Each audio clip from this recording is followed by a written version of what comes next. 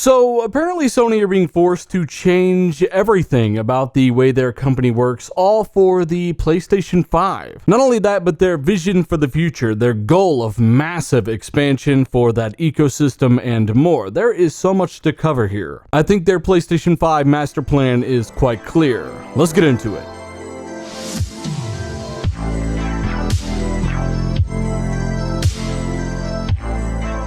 What is going on, guys? Dealer back again. Thank you so much for joining me yet again as we discuss, of course, more PlayStation 5. Now, it's not my fault Sony are so vocal here lately, and today's article actually fascinates me to a degree. They are doing things they have never done, and there are so many people overlooking some of these fine details, so much so that I do believe they didn't even read this article. Obviously, we can potentially learn quite a bit about the new direction of Sony as we wait for Project Scarlett and information. Microsoft have been mighty stingy with that. Of course, there could be a strategy there, but hey, I'm hyped. I want some more information on Scarlett. Hopefully that'll change soon, but for now, we're talking more about what PlayStation are doing for the obvious reason of, hey, let's observe those guys. Maybe Microsoft might be looking at similar things. Today, we've got a particularly interesting topic given Jim Ryan. Yes, Jim Ryan is saying some interesting things about the direction Sony are taking. I mean, look at this. We had to make changes to deliver our PlayStation 5 dream. Now look, one thing is very apparent after reading this article. There has been a massive shift within Sony, within PlayStation. The company no longer functions the same. It is inherently different. And of course, with that comes new policy, new leadership, and a whole lot of new information. Now we're actually going to cover that along with the PlayStation 5, and it all starts with Sony's Jim Ryan. Now some of you might not know this, but Jim Ryan is the CEO of PlayStation, and over the last 2 years, Sony have begun globalization. They are no longer a divided branch of a company. Before, you had Sony North America, Sony Japan, and oftentimes these two sides would clash. They would fight with one another. Well, it looks like the leadership there, the top brass at Sony, have all backed Jim Ryan, or at least most of them have, and he is now the CEO of PlayStation. I'm sure some of you guys have noticed that Sean Layden is gone. They drop-kicked him out the window. Shuhei is gone. He's working in a boiler room somewhere. A kid, of course. He actually took a demotion and is now basically heading up Sony's indie division. Look, the point is there's obviously a lot of things going on at Sony right now, and this globalization is pretty much one of the biggest factors. And I'm sure there's one or two of you right now saying, why are you rambling so much? Well, if you know, you know. And there's a reason I'm talking about these things before I get to the main topic. This new shift in mentality is the exact reason you are seeing everything you're seeing. The shift from a divided company to a unified one. New leadership in Jim Ryan, leadership I personally do not approve of. I mean, think about it. Top Sony brass promoted Jim Ryan to head of PlayStation, right? Now, keep in mind, this is a guy that said, who wants to play old games when asked about their competitors' ability to have backwards compatibility. Now, smack yourself in the face, do a double take, and remember that he was saying all of this while selling you PlayStation Now as well as the PlayStation Classic. That's just one example, but the gist is, I don't really get a pro-consumer vibe from the guy. Hell, I don't even get a human vibe from the guy. I think Sony might have accidentally hired the T-1000 from Terminator 2, except for there is no John Connor. It's coming back to shoot all of your games. Well, all of your old games. Look, let me know if you're a fan of Jim Ryan. For now, let's go over this article. Let me know your thoughts as we go along. Let's get into it. Sony's Jim Ryan, we had to make changes to deliver our PlayStation 5 dream. Now, I will be summarizing a lot of this, but as always, I will link this down below. I'm going to go ahead and skip around to the most important parts, and we'll start with this. Now, when speaking about current hardcore PlayStation 4 gamers, Jim Ryan has this to say. As we move towards the next generation in 2020, one of our main tasks is to take that community and transition it from PlayStation 4 to PlayStation 5. He says, we need to do this at a scale and pace we've never delivered on before. Now, there's a ton of great stuff coming up in this article, but I want you to think about what that means. PlayStation are telling us that they need a higher adoption rate than they've ever had with any system before. They need more people to buy this thing at launch than ever, and by a wide margin. Does that sound like something a $500 system is likely to do? Also, when referring to scaling PlayStation 5's install base higher than ever, he is mostly talking about moving into new territories. There is much of the map still untapped. Sony are likely considering competitors that can leverage any 4G device, that can leverage hundreds of millions of customers with no problem. Now from here, Jim Ryan proceeds to talk a bit about the PlayStation 5. He says, one thing that makes makes me optimistic is what we're actually hearing from developers and publishers. They are speaking on the ease at which they are able to get code running on PlayStation 5. Apparently, developers are saying it's way beyond any experience they've ever had on any other PlayStation system. He says he's confident in what PS5 has to bring and that there is much more to announce beyond what they have already announced. He then follows that up by saying he's personally focused on the games that will make or break PlayStation 5. Jim Ryan says that development of PlayStation 5 production and feature sets are massively streamlined with this new model they have at Sony. Remember, they are now one united company. Everybody is working on the same problems instead of trying to do different things. Remember, this globalization can result in far less spending as well, especially in things like marketing, where they can develop one campaign and scale it where applicable. Though the article does note that Sony may lose some of their cultural flair in some of these areas where they dominate. When speaking about PS5 software, Jim Ryan says that they will not develop region-specific exclusives anymore, like they might have done several years back. Instead, they will let the indie market take care of those specific needs. I actually think that's a really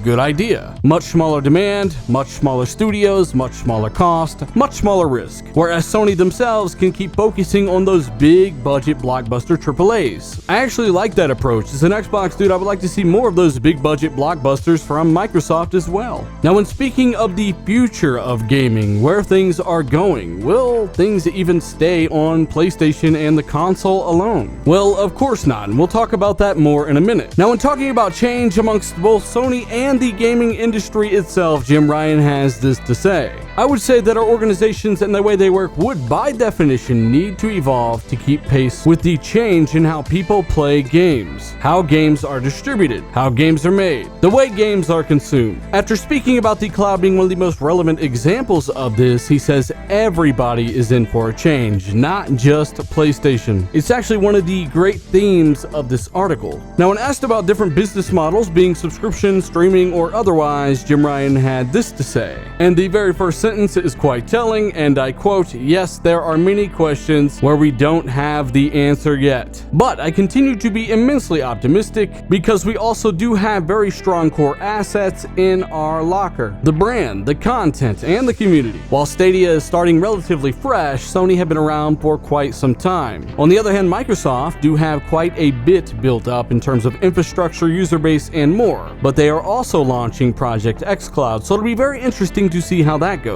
Now, when it comes to this next part, pay very close attention to Jim Ryan's words. Reread them. This part in particular is generating a bit of controversy, mainly due to the fact that most people read a headline and didn't actually read the article. Many are claiming that Jim Ryan said PS Now would never receive day-and-date first-party titles on PS5, PS4, and that's just not the case. In fact, there is some very strategic wording here for the exact opposite reason. When talking about PlayStation Now, Jim Ryan says we are taking this seriously. He's talking about price cuts, marketing, and of course software. He says we had an important inflection point earlier this year when we were able to bring the last 7 data centers online for Scandinavia, Italy, and Spain. This enabled blanket coverage for PlayStation Now across Western Europe. Now, he says that this was a complete game changer and essentially a green light to really push PlayStation Now like they really wanted to the whole time. He says before that point he was nervous talking too much about a service like PlayStation Now with a German player being able to enjoy the service, but an Italian player not being able to enjoy the service. So he says when switching on the lights of those new data centers, it was a big deal. And only when they got to the point where they have the whole of Western Europe available for PlayStation Now, when nobody was left out in the region, could they really start to take this seriously. He also confirmed that they hit 1 million PlayStation Now users, roughly 50% boost from including exclusive software like God of War and Uncharted 4, along with, of course, those price cuts. Now, this is the part people really need to focus on. When asked about putting first-party software into PlayStation Now day and date, much like Microsoft do, something that's actually really pro-consumer, Jim Ryan says the following, and his first few words alone are quite telling.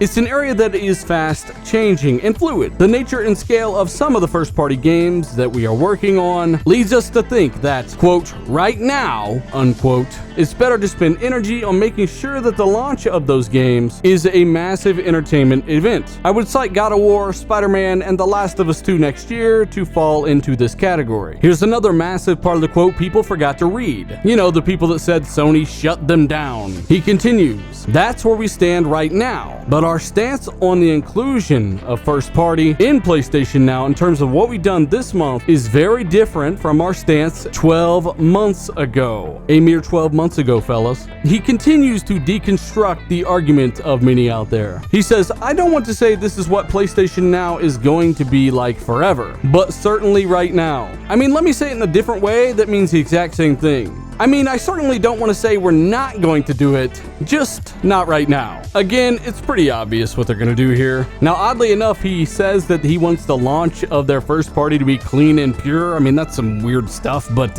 if you're paying attention to developers that are in Game Pass, those that are saying it quadrupled our sales, Microsoft are saying that our games sell more when they're in Game Pass. I mean, there's a ton of data, and eventually that data will stack high enough. Sony will pay more attention. They are already paying more attention. They really enjoyed that 50% boost to subscriber base on PlayStation Now over the past month. Some of you have to keep in mind that with subscriptions like PlayStation Now and Game Pass, you're not taking your games out of stores. They are still in the stores. You still have every option to buy them that way. But of course, if you're a fan of something like Netflix or Hulu, you understand the convenience of something like PS Now or Game Pass. All of the same logic applies in terms of supporting the content. You're not playing their games for free. Developers still get paid for putting their content in services like Game Pass and PlayStation Now on top of those additional revenue streams, and developers are talking about how much more they're selling on top of those extra revenue streams. Problem is, people use obscure charts from PlayStation dominated regions that represent 1% of all physical sales, not even total sales, to try to prove that Game Pass is actually destroying all kinds of traction and profit, when in reality you do not have a source that shows how much money they made versus this or that, given whatever model they might have chosen. The only thing we do have is countless interview after countless interview of developers in Game Pass talking about how their games sold 4 times more, 2 times more, 10 times the engagement, as well as Microsoft saying that Game Pass actually increases revenue, sales, and more. That is the information we have on how Game Pass is affecting developers. Again, even if a title does sell less, they are being paid for their content. They are being compensated. They know what they're doing. And on top of all of that, you should be more worried about you and how you benefit, the flexibility and value that that could bring to you, provided you want to rent those games. If you don't, then buy them as you always have. And with that, I have to apologize. I really digressed quite hard there. I know some of you aren't aware of this, but the amount of misinformation about something like Game Pass or PlayStation Now killing the industry is insane. Profit is actually what powers game development, and traditionally sales have always been what powers profit. But in case you couldn't tell, times have changed. Developers get paid just to put something in a service. Do they have to take their game off the shelf or out of the digital store? No, they do not. It's simply another revenue stream, and if they decide it's worth it, which so far pretty much every developer has said it is, then I think they probably know better than some people that don't want an exclusive in a service. But hey, I digress, of course.